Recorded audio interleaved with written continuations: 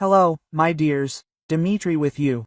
I present to you a new heartfelt story. My mother locked me in the cellar with my father. I'm dying of hunger and I'm thirsty, whispered 8-year-old Artem into the receiver of an old phone that he found among the rags in the corner of a damp basement. Olga dropped everything and rushed home. Her heart was pounding so hard that it seemed like it was about to jump out of her chest. What she found in her house that evening changed her life forever and made her doubt everything she believed in. The call came at 7:30 in the evening, when Olga was standing at the conveyor belt at a textile factory. The shift was not supposed to end until 10 o'clock, but her son's voice made her forget about everything. Artem spoke so quietly that she barely heard the words through the noise of the machines. The boy was crying, choking, repeating the same thing. His father had locked him in the basement for the second day in a row. No food, no water, dark and scary. Olga tore off her protective helmet and ran to the exit, ignoring the shouts of the foreman. Her hands were shaking when she called a taxi right at the checkpoint. The driver could not understand the address for a long time. She repeated the name of the street several times, mixing up the words. In the car, she tried to call Victor, but he did not answer. The phone was silent, as if it had been turned off on purpose. The drive home took 20 minutes, but seemed like an eternity. Olga looked out the window at the flashing streetlights and thought about how she could have allowed this to happen. Victor was always strict with Artyom, but she attributed this to the male nature of upbringing. A child needs a firm hand, he said. The boy is growing up spoiled, too soft. She worked 2 shifts to support the family after Victor lost his job 3 months ago and completely entrusted him with looking after her son. The house greeted her with complete silence. The gate creaked on its rusty hinges when Olga pushed it with a trembling hand. Empty bottles that hadn't been there that morning were lying around in the yard. The only light was on in the living room. The children's room windows were dark. She inserted the key into the lock and smelled alcohol even in the hallway. Victor was sitting in a chair in front of the TV. An empty bottle of vodka stood on the table next to him. He raised his head when Olga entered the room, and she saw his red, inflamed eyes. The man's face was swollen. His stubble hadn't been shaved for several days, there were razor blades on the floor, and the ashtray was overflowing. "Where's Artyom?" she asked, trying to speak calmly. Victor chuckled and waved his hand toward the kitchen. "Upstairs in his room," he answered indistinctly. Doing his homework like a normal child should. Olga knew he was lying. Artyom's voice on the phone was too desperate, too scared. She went up to the second floor and looked into the nursery. The bed was made. The textbooks were on the table in exactly the same order as in the morning. Artyom had not been here for a long time. Olga went downstairs and stood in front of Victor, crossing her arms over her chest. "He called me," she said. "Said you locked him in the basement." Victor rose abruptly from his chair, rocked back and grabbed the armrest. "What nonsense are you talking about?" he growled. "What other call? Where from? The boy doesn't have a phone. I took that toy from him myself last week. He's lying to you, as always, trying to turn you against me. I let him out of the basement a couple of hours ago after he promised to behave decently." Olga felt her insides go cold. So he really did keep the child in the basement. Victor didn't even deny it. She held out her hand. "Give me the keys," she said quietly. "I want to make sure my son is okay." Victor took a step back and shook his head. "I won't," he snapped. "Stop tossing him around with your tantrums. The boy should understand that bad behavior will be punished." Olga took a step closer to him and saw a bunch of keys in his jeans pocket. Among them was the one for the old basement that Victor used as a storage room. She held out her hand, but he pulled it back and tried to block the pocket. "Don't you dare," he hissed. "I'm the boss here. While you're slaving away at your factory, I'll decide how to raise this boy." Quote. Then Olga did something she'd never done before. She grabbed Victor's arm and twisted it hard, causing him to double over in pain. The man was drunk and couldn't resist. The keys fell to the floor with a loud metallic sound. Olga grabbed them and ran to the back door that led into the yard. The cellar was in the far corner of the lot, under an old outbuilding. They used to store potatoes and canned goods there, but the space had been empty for the last few years. The door was massive, wooden, with a heavy padlock. Olga inserted the key with trembling hands and heard the mechanism give way with a dull click. When the door opened, she was hit by the smell of dampness, mold, and something else she couldn't identify. The basement was pitch dark. Olga felt for the switch on the wall and turned on the only light bulb that hung from the ceiling on a long cord. The dim yellow light illuminated the stone walls, covered in streaks of water, and the earthen floor. Artyom was sitting in the corner, his back pressed against the wall. The boy was pale, his lips were cracked from dehydration. His eyes seemed huge in his emaciated face. He looked up when he heard footsteps and smiled weakly. "Mom," he whispered, "I knew you'd come." Olga rushed to him, but then noticed something else next to her son. Another child was lying on the floor, a boy about the same age as Artyom. He was motionless, his eyes closed, his face waxen. Olga crouched down next to him and gently touched his hand. The skin was cold, too cold for a living person. Olga peered into the motionless boy's face and felt the world crumble around her. Light hair, a slightly upturned nose, a mole on his left cheek. It was Petya Morozov from the neighboring house, the son of Anna Viktorovna, who worked at the local library. The same boy they had been looking for all last week, posting ads all over the neighborhood. Olga remembered seeing his mother at the gate, her eyes red from tears, how she stopped passers-by and showed them a photograph of her son. She took out her phone with trembling hands and dialed the ambulance number. The dispatcher's voice was distant and unreal as Olga tried to explain the situation. "We need an ambulance and the police," she said, stumbling over every word. There were 2 children in the basement, one unconscious, the other dead. The dispatcher asked for the address again, clarified the details, and Olga kept looking back at Artyom, who was sitting leaning against the wall and looking at her with a fixed gaze. "Mom, I was so scared," the boy whispered when she approached him. "He hasn't moved for 3 days. I thought I would die too." Artyom spoke with difficulty. His lips were so dry that they cracked with every word. Olga hugged her son, feeling how his whole body was shaking. His clothes were dirty and damp, smelled of mold and something sour. "How could you call me?" she asked, stroking his hair. Artyom nodded weakly towards the far corner of the basement, where something was shining under a pile of old rags and burlap. There lay an old push-button telephone, worn and scratched, but working. "I found it yesterday when I was looking for water," the boy explained. "The battery was almost dead, but it was enough for 1 call. I remembered your number, Mom." Olga realized that it was an old device that they had thrown out 2 years ago when they bought a new one. Apparently, Victor had simply thrown it into the basement instead of taking it to the trash. No one knew about its existence. Even Victor himself had probably forgotten about this phone. It was an accident that saved Artyom's life. Sirens were heard outside. Olga heard the gate slam, then voices and quick footsteps. "Here!" she screamed. In the basement behind the house. The first to come down were 2 paramedics with medical bags and a stretcher. Behind them appeared police officers in uniform. Their flashlights illuminated the stone walls and earthen floor. One of the doctors sat down next to Petya and checked his pulse on his neck. Then he brought a mirror to the child's lips, shook his head and looked at his colleague. Meanwhile, the second paramedic examined Artyom, checked his pupils, measured his blood pressure with a portable tonometer. "Urgent hospitalization is needed," he said.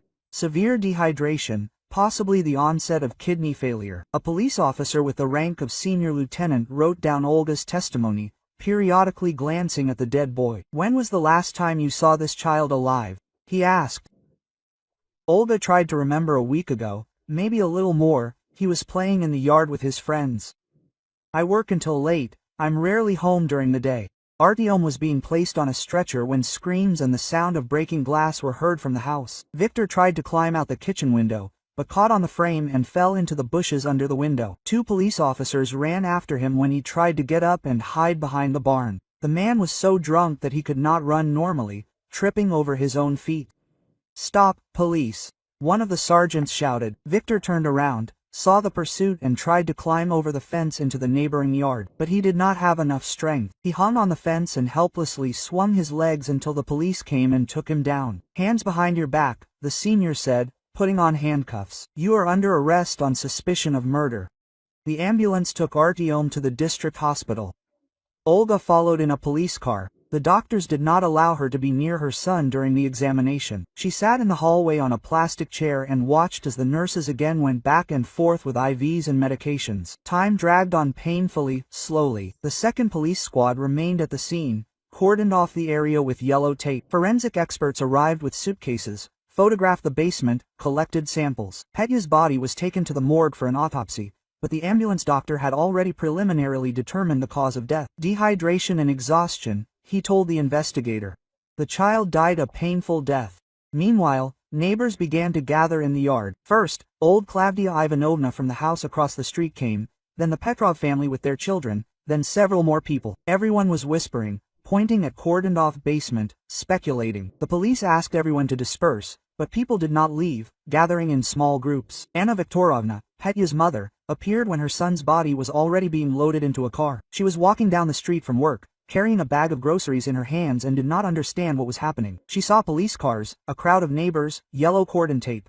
Quote, "What happened?" she asked, coming closer. "Where is my Petya? Did you find him?" The police officer took the woman by the hand and led her aside. He spoke quietly, carefully, choosing his words. At first Anna Viktorovna did not understand, then she shook her head, then she screamed. The scream was so piercing that even the forensic experts in the basement raised their heads. Quote, "No," she screamed, "not my boy, not Petya. This is a mistake, it's not him." The neighbors grabbed her by the arms when the woman began to fall. Her face turned gray, her eyes rolled back. Someone ran for Nashter, someone called another ambulance. Anna Viktorovna lay on the grass and mumbled something unintelligible, clutching a photo of her son, which she had been carrying with her all week. At the hospital, the doctor on duty came out to see Olga only after 2 hours. His face was tired, there were dark circles under his eyes. "The condition is stable, but serious," he said. "Severe dehydration, early stage of renal failure.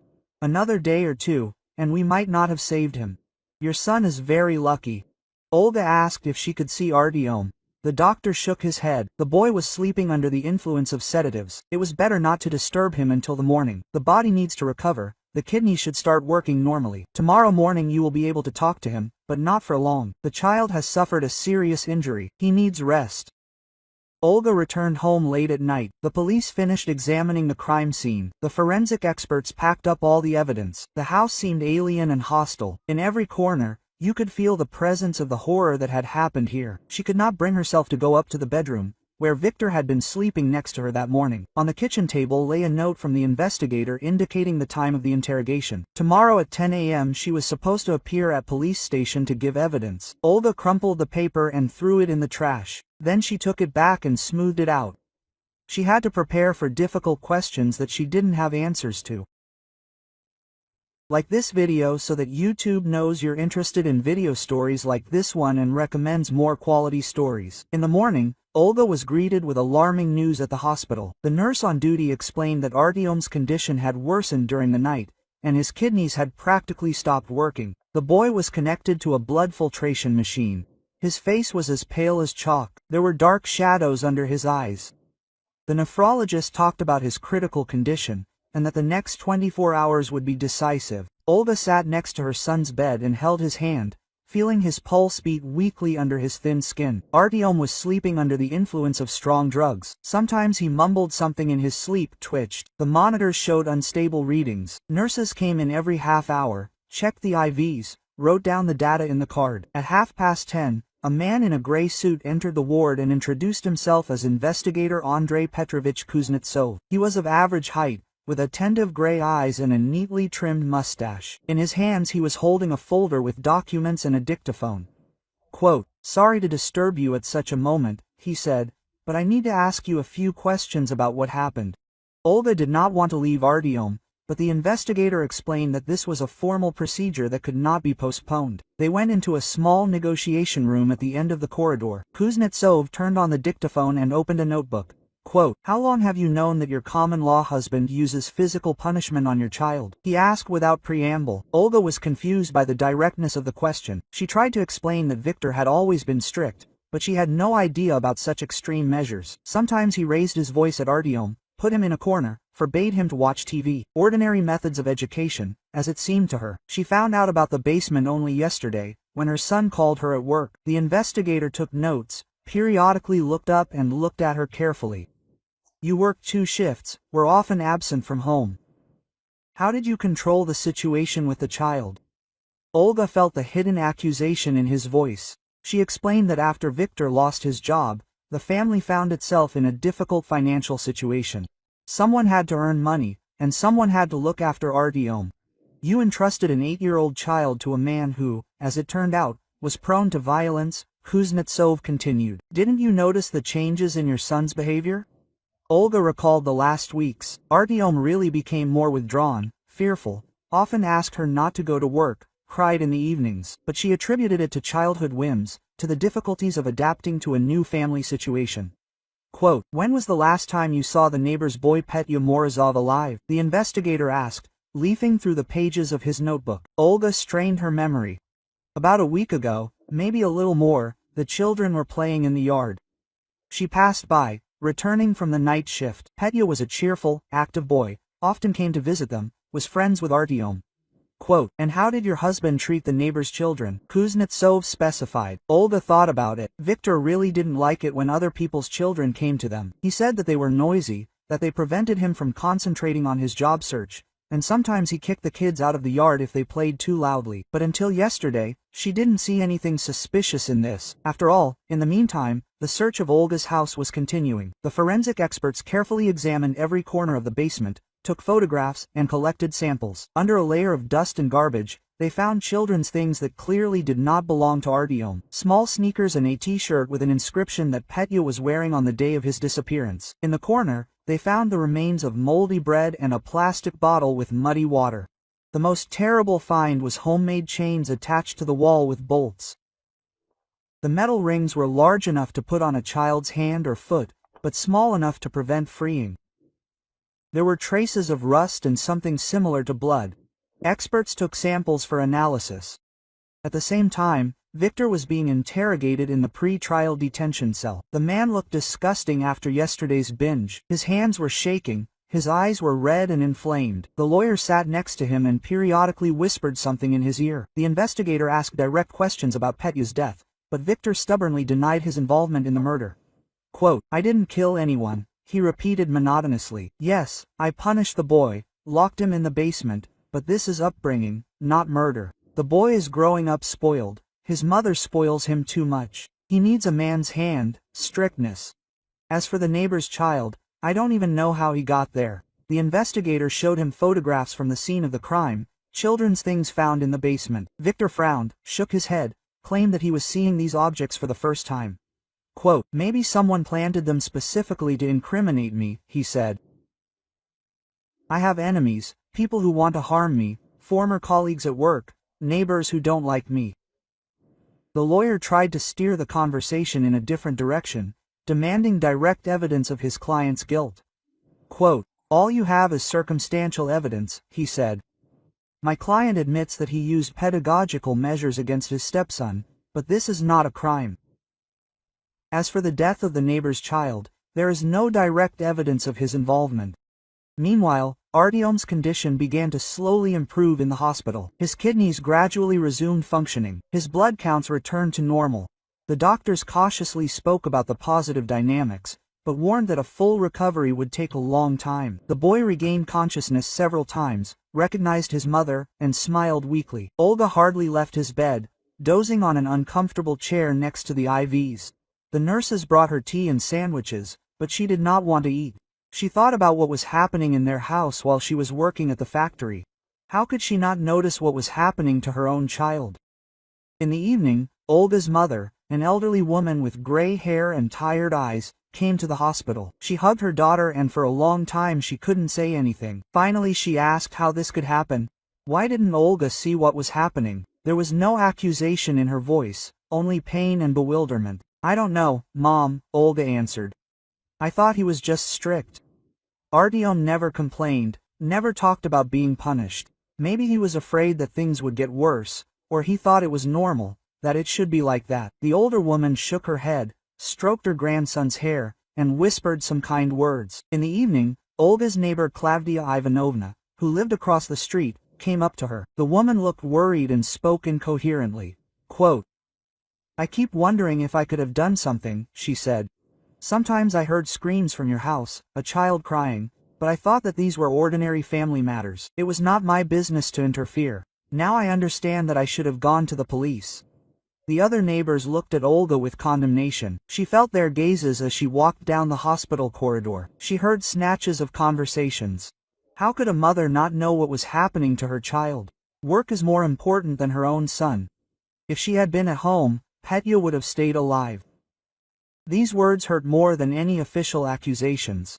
Anna Viktorovna, the mother of the deceased Petya, showed up at the hospital late in the evening. She looked several years older. Her hair was disheveled, her eyes were red from crying. She walked up to Olga and looked at her for a long time in silence. Then she said quietly, "Your son is alive, and mine is dead. How do you live with this?" And she left without waiting for an answer. On the third day in the hospital, Artyom finally opened his eyes and recognized his mother. His gaze was clear, although his face was still pale and haggard. "Mom," he whispered, reaching out a weak hand to her. Olga carefully hugged her son, afraid of hurting him.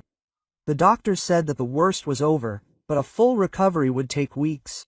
When they were alone, Artyom suddenly started crying, not quietly, as usual, but out loud, his whole body shaking with sobs. Olga stroked his head, whispered soothing words, but the boy could not stop. "Petya died before my eyes," he said through tears. 3 days ago he stopped answering, and then he became completely cold. I thought that I would die there too." Olga felt how everything inside her was shrinking with pain. She did not know what to say to an 8-year-old child who had seen death. "Tell me what happened," she asked quietly. "I need to know the truth to help you." Artyom wiped his eyes with the sleeve of his hospital gown and began to tell, stumbling and pausing. Victor called Petya into the yard a week ago when he was playing with other children. He said that he wanted to show him an ancient treasure that he found in the basement. Petya was a curious boy. He loved adventures and treasure stories. He followed Victor without even warning his friends. And then Uncle Vidya locked us both in the basement and said that we would sit there until we learned to behave. Artyom told us how Victor still brought them water and pieces of bread during the first few days. He said that this was a lesson, that children should understand the seriousness of life. Petya cried, asked to let him go home to his mother, but Victor only got angry and shouted. Then he began to come less and less often, and give less and less food. The last 2 days he did not show up at all. The boy died quietly, Artyom said, looking at the ceiling. First he stopped crying, then talking. He lay in the corner and breathed heavily, and then he stopped breathing. I tried to wake him up, shook him by the shoulder, but he did not answer. He became cold as a stone. I was afraid to approach him, but alone, in the dark it was even scarier. Olga listened and understood that her son had experienced something that could break an adult. An 8-year-old child spent several days next to the decomposing corpse of his friend, waiting for his own death. How he retained his sanity at all, how he was able to call her and clearly explain the situation. The next day, a child psychologist came to Artyom, a young woman with kind eyes and a soft voice. She introduced herself as Elena Sergeevna and explained that she would help the boy cope with the trauma he had experienced. At first, Artyom refused to talk to the stranger, hid behind his mother's back, but gradually began to answer simple questions. The psychologist noted that the child is terrified of being alone even for a few minutes. When Olga went to the toilet or for food, Artyom would start screaming and crying. He constantly asked about the other children in the hospital, whether they were locked up somewhere, whether they needed help. He slept only with the light on, and then only in fits and starts. He constantly woke up from nightmares. This is post-traumatic stress disorder, Olga's psychologist explained. The child experienced an extreme situation that threatened his life. Long-term therapy will be required, possibly medication. The main thing now is for the boy to feel safe, to know that his mother is nearby, and no one else can harm him. Meanwhile, the search of Olga's house continued. Forensic experts combed every corner, looking for additional evidence. In Victor's bedroom, in a drawer of his desk, they found a thick notebook in a box. It turned out to be a kind of diary, where the man described in detail his methods of raising Artyom. The entries began from the moment job loss 3 months ago. At first, Victor wrote about his failures at interviews, about how he was irritated by children's noise, which prevented him from concentrating. Gradually, the tone of the entries became more and more aggressive. The boy has completely let himself go, he wrote. His mother spoils him too much. He needs a man's hand. Detailed descriptions of punishments followed. At first, these were the usual measures. He put him in a corner, deprived him of sweets, forbade him to play, but gradually the punishments became harsher. He locked him in the basement for 2 hours for breaking a cup. The boy must understand the value of things. He did not give him food for half a day for a bad grade. Hunger is a good teacher. The last entries were dated a week ago, the time of Petya's disappearance. But investigator Kuznetsov noticed something strange. The handwriting in these entries was different from the previous ones. The letters were neater, the slant was different, the pressure was uneven. as if someone was trying to imitate Victor's hand, but not very successfully. The entry from the day of Petya's disappearance said, "The neighbor's boy also needs to be brought up. He is too noisy, he has a bad influence on Artyom. I will teach them both discipline." The basement is a good place to reflect on behavior, but the forensic expert who studied the diary expressed doubts about the authenticity of the last pages. Victor was brought from the pre-trial detention center for a second interrogation. He looked even worse than the first time. He had not shaved for several days. His clothes were wrinkled and dirty. The lawyer sat nearby and carefully followed the course of the interrogation. The investigator showed him the diary, read out several entries. Victor frowned, shook his head, and claimed that he did not remember writing such a thing. Quote, "This is not my handwriting," he said, examining the last pages. "I did keep records, but not like this." Quote, "Someone added these pages to accuse me of murder."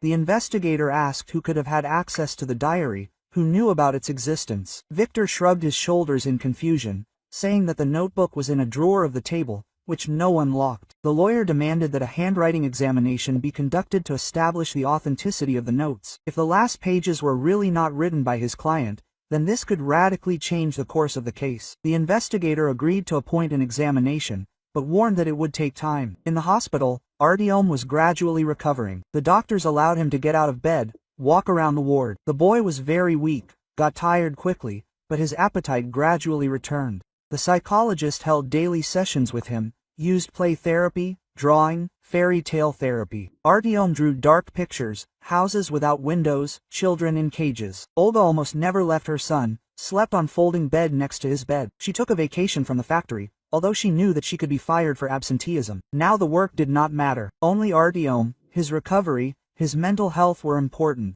The money would run out, but she thought about that later. Neighbors and acquaintances were becoming increasingly hostile to Olga. Some openly accused her of not keeping an eye on the child. Others whispered behind her back, building theories about her possible complicity in the crime. The mother of the deceased Petya demanded a fair punishment for all the culprits, hinting that Victor could have acted alone. At the end of the week, investigator Kuznetsov received the results of the handwriting examination. The conclusion was unambiguous. The last 5 pages of the diary were not written by Victor's hand, but by someone else. The handwriting was imitated, but not skillfully, with characteristic differences in the writing of individual letters and the slant of the lines. This meant that someone was trying to set Victor up, to create additional evidence against him. If you like this story, subscribe to the channel so you don't miss new videos. The conclusion of the handwriting expert turned the whole case upside down. Investigator Kuznetsov carefully studied the document, comparing handwriting samples. The last 5 pages of the diary were clearly written by someone else. Someone tried to imitate Victor's handwriting, but did it clumsily. A natural question arose. Who had access to the diary and why was it necessary to create additional evidence against an already accused man?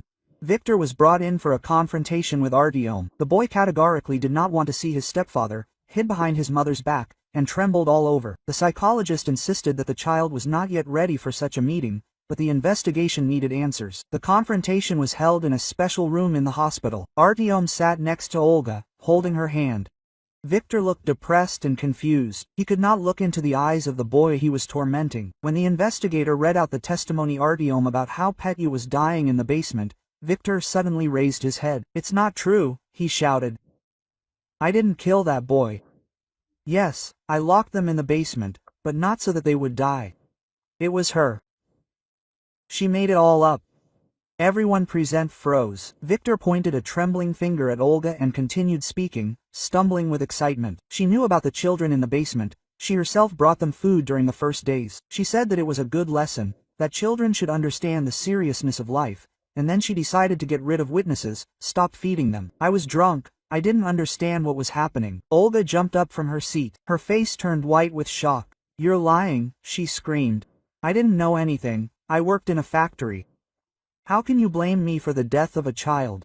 Artyom pressed himself against his mother, looking fearfully from her to Victor. The boy did not understand what was happening, why the adults were shouting at each other. The investigator asked everyone to calm down and continued the interrogation. Victor claimed that Olga herself suggested lock the children in the basement when she found out that Petya was a bad influence on Artyom. Allegedly, she said that the neighbor's boy was teaching her son to be disobedient, that they both needed to be taught a lesson. For the first 3 days, she went down to the basement, brought water and bread, and watched the children. But then something changed, Victor continued.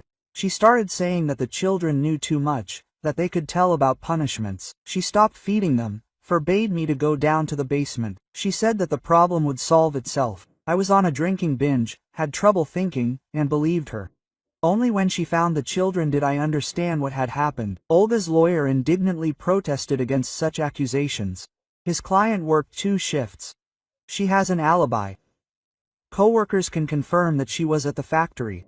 But the investigator had already checked Olga's work schedule. On the day of Petya's disappearance, she really did work the night shift, but during the day she was home alone. No one could confirm her whereabouts in critical time.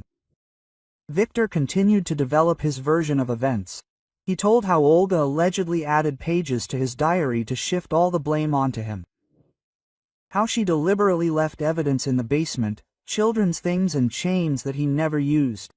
All this was a performance to present her as an innocent victim of circumstances. Artyom listened to these accusations and became more and more confused. The boy remembered that his mother worked, that she was not home during the day, but he also remembered how someone brought them food during the first days in the semi-darkness of the basement. He could not always make out the face. He thought it was Victor. Now he doubted who exactly came down to them with food. The investigator decided to check Olga's mobile phone. A detailed analysis revealed deleted messages that she allegedly sent to a friend a week before Petya's disappearance. The messages said that the neighbor's children were a bad influence on Artyom, that decisive measures needed to be taken. The last message contained the phrase, "Some problems solve themselves yourself, if you wait." Olga categorically denied that she had written these messages. She claimed that she had never spoken negatively about the neighbor's children, that Petya was a good boy. But a technical examination showed that the messages were sent from her phone, at a time when the device was at home. It turned out that either she wrote, or someone else had access to her phone.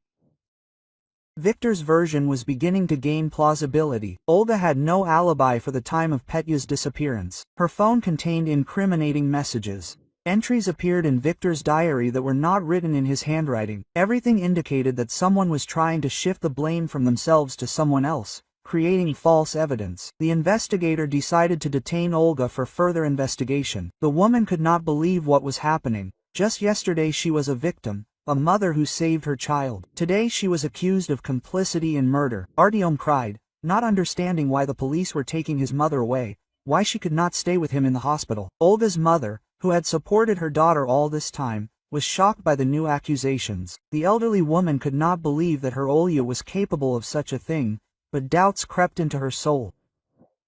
Did her daughter really work as much as she claimed? Was she hiding something important? Why didn't she notice what was happening to her grandson? In the pretrial detention center, Olga was placed in solitary confinement. She sat on a narrow bed and tried to understand how her life had turned into a nightmare. Just a week ago, she had a family, a job, plans for the future. Now she was a suspect in the murder of a child. Her own son was in the hospital with a serious injury, and her common-law husband accused her of crimes. The lawyer tried to find leads for the defense. He questioned Olga's colleagues at work, neighbors, anyone who could confirm her character and alibi. Most spoke positively of her. They said that she was a caring mother and a conscientious worker, but there was no direct evidence of innocence, and circumstantial evidence was accumulating against her. Victor, left alone in the cell, felt a strange relief. Finally, he told the truth. He shifted the responsibility to the one who was really guilty. Olga had always been cunning, knew how to manipulate people. She used him, and now she was trying to make him a scapegoat. But justice would prevail. He had no doubt about it. Artyom remained in the hospital under the supervision of his grandmother. The boy did not understand why his mother did not come, why all the adults were saying strange things. The psychologist tried to explain the situation in accessible words, but how to tell a child that his mother was suspected of murder? How to explain that the world that seemed understandable collapsed in one piece? The case received wide coverage in the local press. Journalists wrote about the family drama, about how the mother and stepfather competed in cruelty to the children. Public opinion was against Olga. Many believed that the mother should have protected the child, that her guilt was obvious. The presumption of innocence did not work well when it came to the death of children. The investigation continued, but each new piece of evidence only complicated the case. Someone was clearly playing a complex game, setting up one suspect after another. The truth was hidden behind layers of lies and manipulation, and time was working against all participants in this tragedy. I recommend listening to these two stories that you see on the screen. I am sure that you will like them, and in the comments to this video you will find a link to a selection of the best stories from all over the internet. Thank you for watching. Olga spent the most terrible night of her life in the pre-trial detention cell. Gray walls pressed in from all sides. The only window was barred and looked out onto the prison courtyard. She lay on a narrow bunk and tried to understand how everything had come to this absurdity. Yesterday she was a heroic mother who saved her child. And today she is accused of killing a neighbor's boy. Every time Olga closed her eyes, the face of dead Petya appeared before her. She thought about his mother, about the grief that Anna was experiencing Viktorovna. If she really was guilty of the child's death, she would deserve any punishment. But she knew she was innocent, and this knowledge made the situation even more unbearable. Someone was methodically and cold-bloodedly setting her up, creating the appearance of her participation in the crime. By morning, Olga was hysterical. She screamed that she had been set up, that someone was deliberately creating false evidence. The warden called the prison doctor, who gave her a sedative. The woman gradually calmed down, but there was a mad gleam in her eyes. She understood that she had fallen into a trap from which there might be no escape. Lawyer Mikhail Borisovich Petrov was an experienced defense attorney, but this case baffled him. All the evidence pointed to the guilt of his client, but something in this story did not add up. There were too many coincidences. The evidence was too conveniently located. He decided to conduct his own investigation, starting with questioning witnesses who had been ignored by the official investigation. The lawyer's first step was to go to a grocery store near Olga's house. The saleswoman, an elderly woman with tired eyes, did not want to talk at first, but when Petrov explained that the life of an innocent person was at stake, she agreed to recall the events of a week ago. On the day of Petya's disappearance, she saw a man with a boy near the store, but it was definitely not a child with his mother. The man was buying sweets, and the boy was standing nearby and looked upset. The saleswoman said, "I thought then that it was strange to see such a sad child next to sweets. Usually children are happy when people buy them candy, but this boy seemed afraid of something." The man was of average height, dark-haired, dressed in jeans and a gray jacket. The description exactly matched Victor's appearance. The lawyer asked the saleswoman to look closely at the photo. The woman confirmed without hesitation that this was the same man. The time of purchase. She remembered exactly because she was just finishing her day shift. It was about 6 o'clock in the evening, when Olga was still working at the factory. The next step was to re-examine Olga's phone. The lawyer insisted on a more detailed analysis of the metadata of the messages. A forensic expert studied not only the content of the deleted messages, but also the technical characteristics of their sending. The result was sensational. The messages were indeed sent from Olga's phone, but not by her own hands. The analysis showed anomalies in the typing speed, in typical errors and typos. Each person has a unique typing style, their own manner of typing messages. A computer program compared the disputed messages with Olga's other texts and revealed fundamental differences. Someone else used her phone to send incriminating messages. Moreover, the expert discovered that the phone was connected to the computer several times on days when Olga was working. From the connection logs, it was possible to establish that someone copied data from the device and then downloaded new files. This explained how messages that Olga did not send appeared on the phone. Meanwhile, in the hospital, Artyom was increasingly tolerating his mother's absence. The boy refused to eat, did not talk to his grandmother, and constantly asked, "When Mom comes back?" The psychologist explained that the child was experiencing secondary trauma associated with separation from his mother after the nightmare he had experienced. His condition worsened with each passing day. The grandmother tried to distract her grandson with games and fairy tales, but Artyom was immersed in his own experiences. He drew dark pictures with black pencils, where adults did bad things to children. One picture showed a woman behind bars, and a little boy was crying next to her.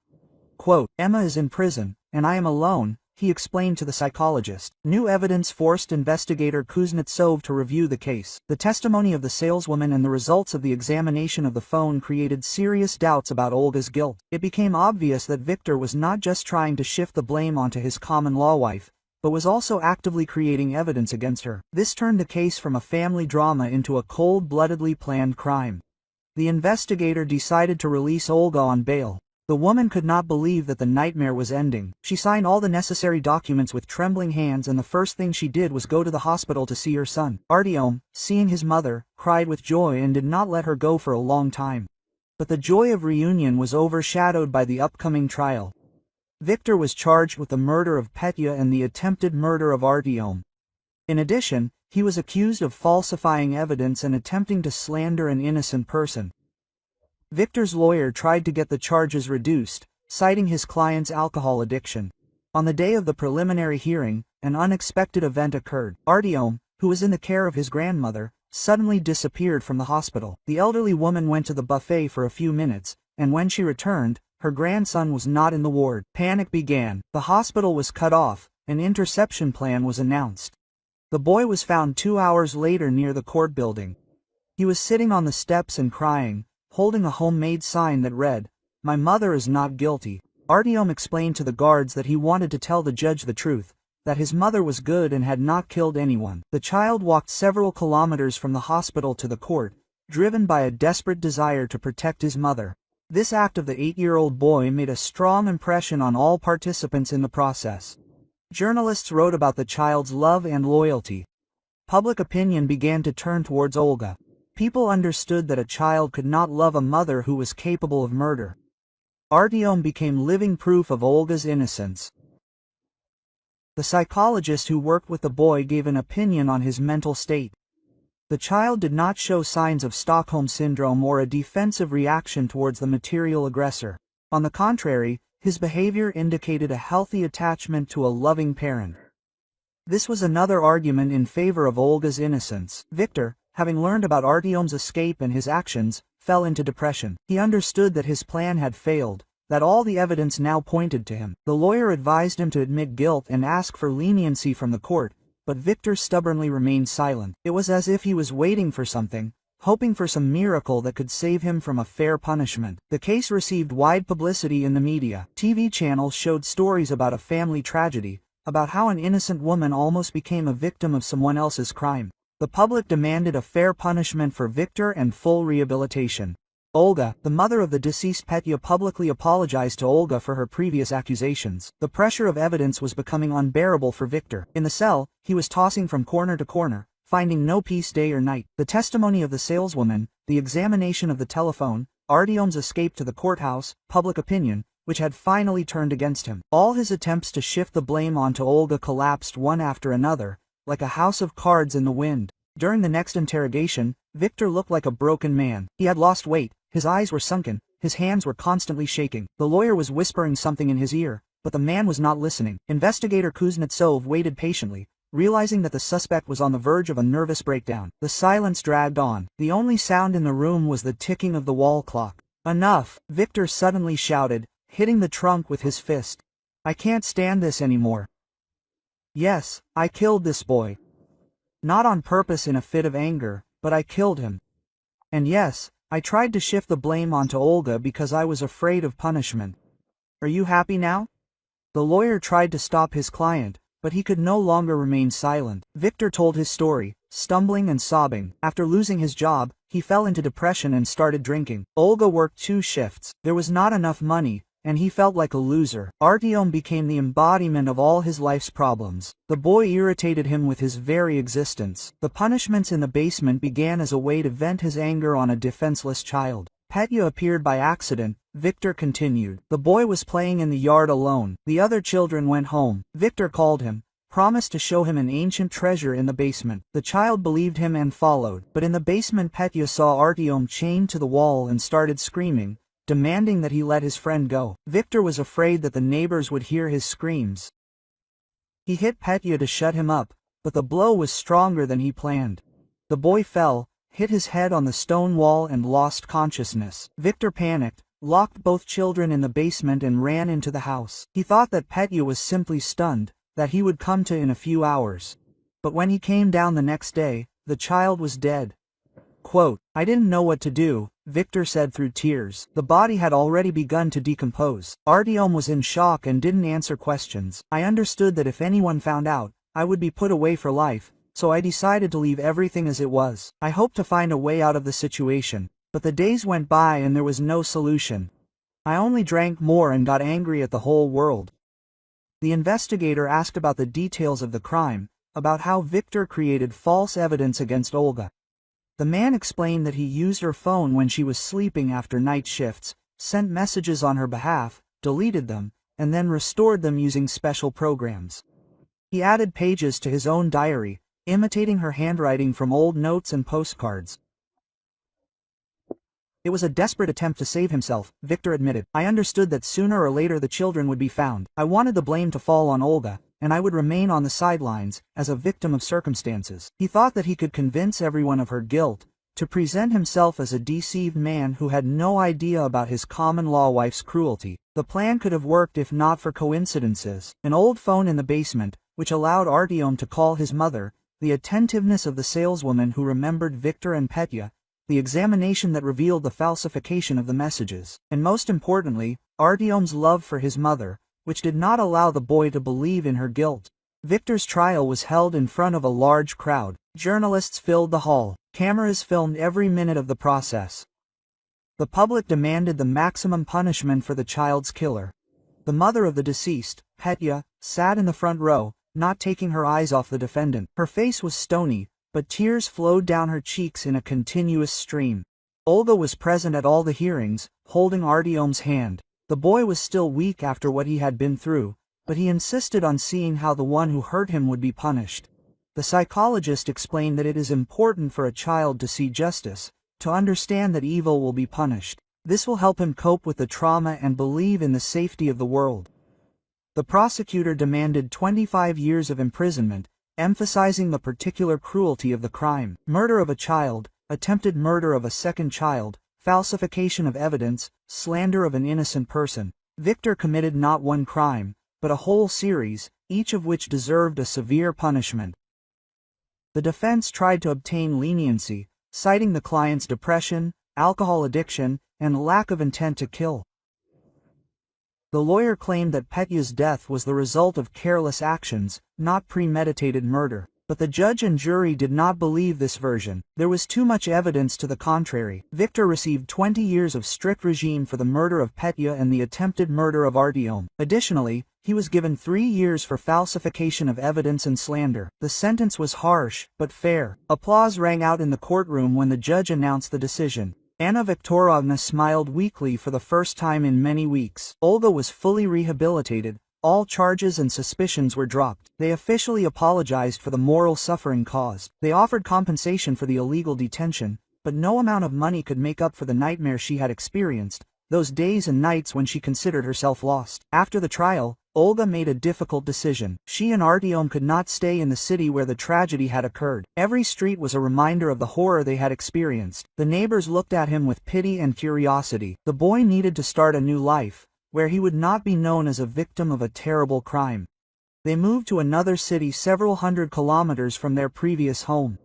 Olga found a job at a small factory and rented a 2-room apartment in a quiet area. Artyom was sent to a new school, where no one knew about his past. The boy continued to see a psychologist, gradually coping with the consequences of the trauma. The first months were difficult. Artyom was afraid to be alone, slept poorly, and often woke up from nightmares. He was terrified of basements and closed spaces, and could not stand being in the dark. But gradually, day after day, with the help of therapy and motherly love, the boy began to return to normal life. A year after the tragedy, Artyom had his last therapy session. The psychologist said that the child had fully recovered and learned to cope with his fears. He had become more mature for his age, but had not lost his childish spontaneity. The boy could laugh again, play with friends, and make plans for the future. Olga had also changed over the past year. The experience had made her stronger, but also more careful in her relationships with people. She no longer trusted blindly, and listened more attentively to her intuition. Most importantly, she realized that motherly love can overcome any trials, that the bond between mother and child is stronger than any evil. Olga unexpectedly found a new calling. She got a job at a rehabilitation center for children who had experienced violence. Her own experience helped her understand the pain of others, find words of support for other mothers. Artyom sometimes came to the center after school, played with the children, showing them that it is possible to survive and become happy again. Their story continued, but this time it was bright and full of hope. The past was not forgotten, but it stopped defining the present. Mother and Ethan's son learned to live on, helping other families cope with similar tragedies. Their love defeated evil, and this was the most important victory in their lives.